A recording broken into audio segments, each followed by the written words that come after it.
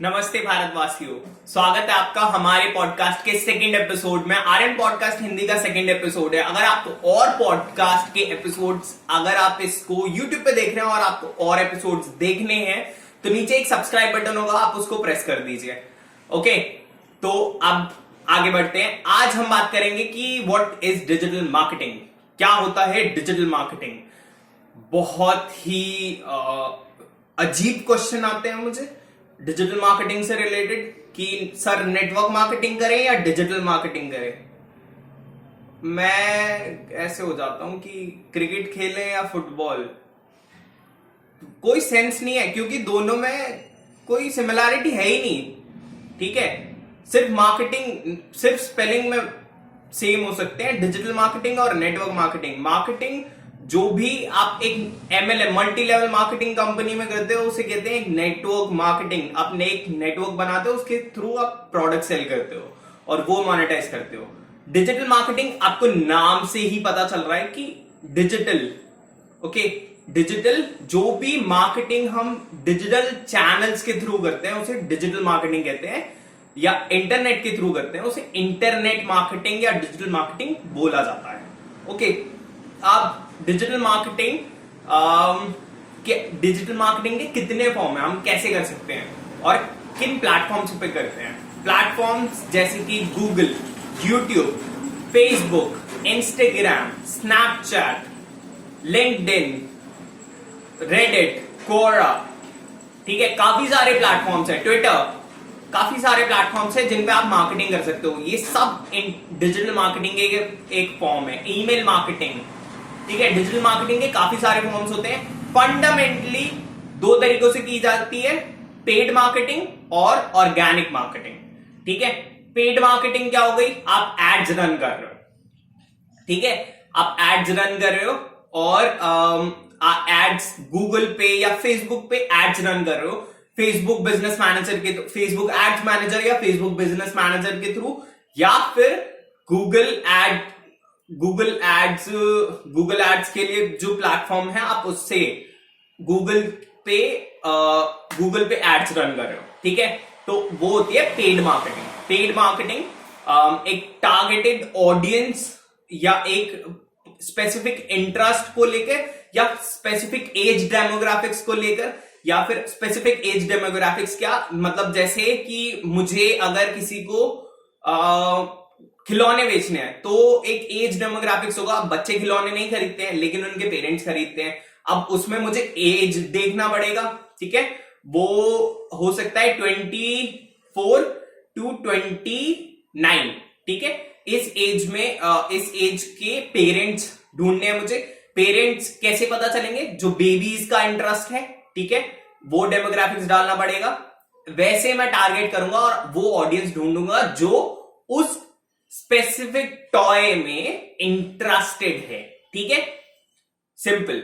Okay, that is paid marketing. Paid marketing करने के लिए काफी सारी चीजें होती हैं। एक ऑडियंस डेमोग्राफिक्स, आप उससे पहले आपको पता होना चाहिए आपकी ऑडियंस की इंटरेस्ट क्या क्या है, आपको वो पता होना चाहिए। पता नहीं है तो एक रॉ प्लान होना, रॉ इमेज होनी चाहिए कि ये आपकी ऑडियंस है। अगर मैं कुछ फिटनेस पे सेल कर रहा हूं, जैसे कि अगर मैं कोई प्लांट प्रोटीन सेल कर रहा हूं, तो क्या करना चाहिए मुझे एक रॉ डेमोग्राफिक बनाना चाहिए कि वो जो भी मेरा प्लांट प्रोटीन खरीदेगा, अगर मैं एक फिटनेस कोच हूं तो वो होना चाहिए 16 से 25 साल का एक लड़का। ठीक है, जो बॉडी बिल्डिंग में इंटरेस्टेड है। ठीक है, उसके इंटरेस्ट बॉडी बिल्डिंग है। ठीक है, और अभी उसने रिसेंटली प्लांट प्रोटीन से रिलेटेड चीजें सर्च की हैं फेसबुक पे। ठीक है, उससे उसका इंटरेस्ट पता चलता है। ओके, तो मैं उस पर्सन को, अगर उस डेमोग्राफिक्स को, अगर उस स्पेसिफिक ऑडियंस को टारगेट कर रहा हूं तो 90% चांस है कि मेरा प्रोडक्ट सेल हो जाएगा। ओके, वो है डिजिटल पेड एड्स या फिर paid advertisement, paid advertising. Okay, अब ऑर्गेनिक मार्केटिंग क्या होती है। ऑर्गेनिक मार्केटिंग होती है जैसे आप एक ऑडियंस बिल्ड कर रहे हो। ठीक है, आप अपने ब्लॉग पे ईमेल्स के थ्रू, ईमेल का कलेक्ट कर रहे हो और अपनी ईमेल लिस्ट बिल्ड कर रहे हो, ठीक है, या फिर आप एक यूट्यूब पे सब्सक्राइबर बेस बना रहे हो, एक सब्सक्राइबर बेस क्रिएट कर रहे हो, ठीक है, स्क्रैच से, या फिर आप इंस्टाग्राम पे फॉलोअर्स बढ़ा रहे हो, ठीक है, कंटेंट डाल के, ऑर्गेनिक कंटेंट डालकर, ठीक है, तो आप वैसे एक ऑडियंस बिल्ड करते हो, उसे कहते हैं ऑर्गेनिक मार्केटिंग। ऑर्गेनिक मार्केटिंग में भी सेम चीजें हैं।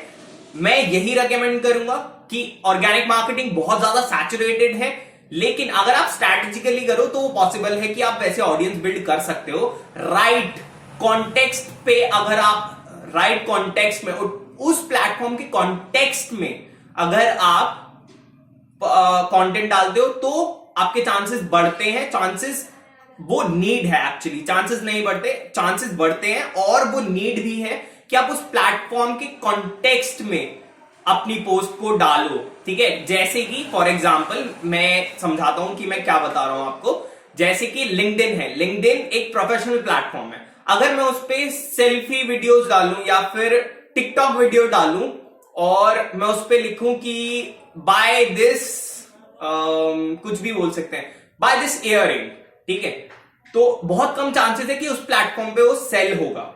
लेकिन अगर मैं उसका एक स्टोरी या फिर एक रील फॉर्म में डालूं और अपनी ऑडियंस से कहूं कि, अपनी इंस्टाग्राम वाली ऑडियंस से कहूं कि बाय दिस, तो इंस्टाग्राम का डेमोग्राफिक काफी यंग है, तो उसमें से काफी सारे लोग इंटरेस्टेड हो सकते हैं, ठीक है। ये सिंपल है।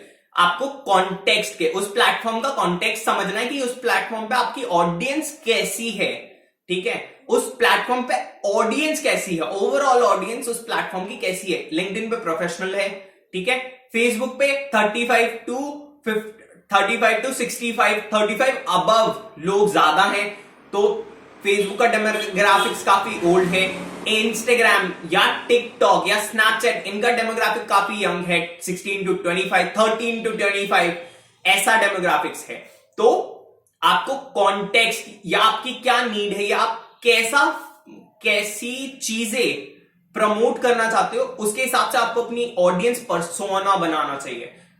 ऑडियंस का एक डमी इमेज बनाना चाहिए, रॉ इमेज बनाना चाहिए, ताकि आप उनके परसेप्शन में फिट हो सको, ताकि आपको पता हो कि आप किससे बात कर रहे हो कैमरा के थ्रू, ओके। तो आपको एक डेमोग्राफिक पता होना चाहिए अपनी ऑडियंस का कि आप किसे टारगेट कर रहे हो।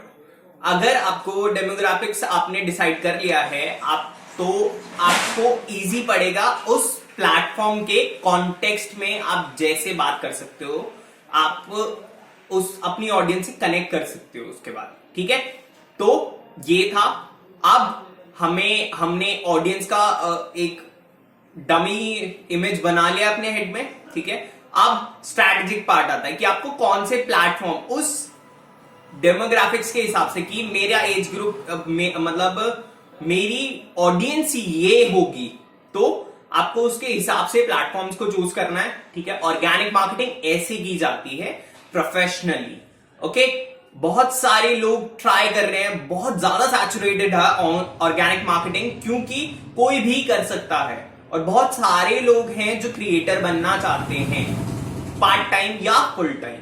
अगर आप उसको सीरियसली करना चाहते हो तो आपको रिकॉर्ड बटन प्रेस करने से भी पहले ये सारी चीजें करनी होंगी, ओके। अब आपने ये कर लिया। अब पेड एडवर्टीजमेंट में भी सेम चीजें होती हैं, ठीक है। आपको पहले अपना डेमोग्राफिक्स, आप किसे टारगेट कर रहे हो वो पता होना चाहिए, ठीक है। आपका एक बजट स्पेसिफिकली आप रेडी होना चाहिए, आपको पता होना चाहिए कि आपका एक गोल होना चाहिए, ठीक है, कि मुझे इस एडवर्टीजमेंट से, मतलब एक रफ गोल होना चाहिए कि मुझे अचीव करना है इस एडवर्टीजमेंट से, इतनी सेल्स जनरेट करनी। या अगर आप फॉलोअर्स, सब्सक्राइबर्स, ईमेल लिस्ट, इन सब के लिए कर रहे हो, जो इनडायरेक्टली सेल्स के लिए होता है, तो आप उससे कर सकते हो। या फिर अगर आप अपने ब्लॉग पे ईमेल लिस्ट बिल्ड कर रहे हो, तो आप जब भी सर्च इंजन ऑप्टिमाइज कर रहे हो, ऑर्गेनिकली ऑप्टिमाइज कर रहे हो, तो आपका एक स्पेसिफिक गोल होना चाहिए कि मुझे ये अचीव करना है इस प्लेटफॉर्म के थ्रू, इस कंटेंट के थ्रू, या फिर